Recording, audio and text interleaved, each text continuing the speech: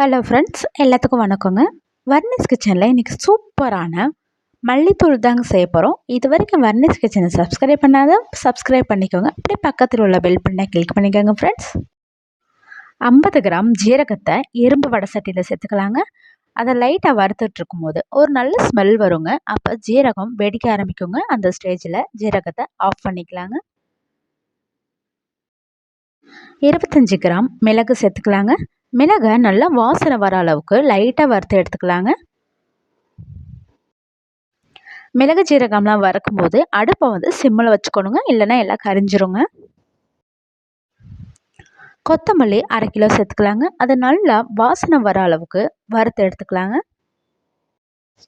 மல்லியை கையில் அள்ளி பார்க்கும்போது நல்லா ஜூடாக இருக்கணுங்க. இந்த ஸ்டேஜில் ஆஃப் பண்ணிக்கலாங்க.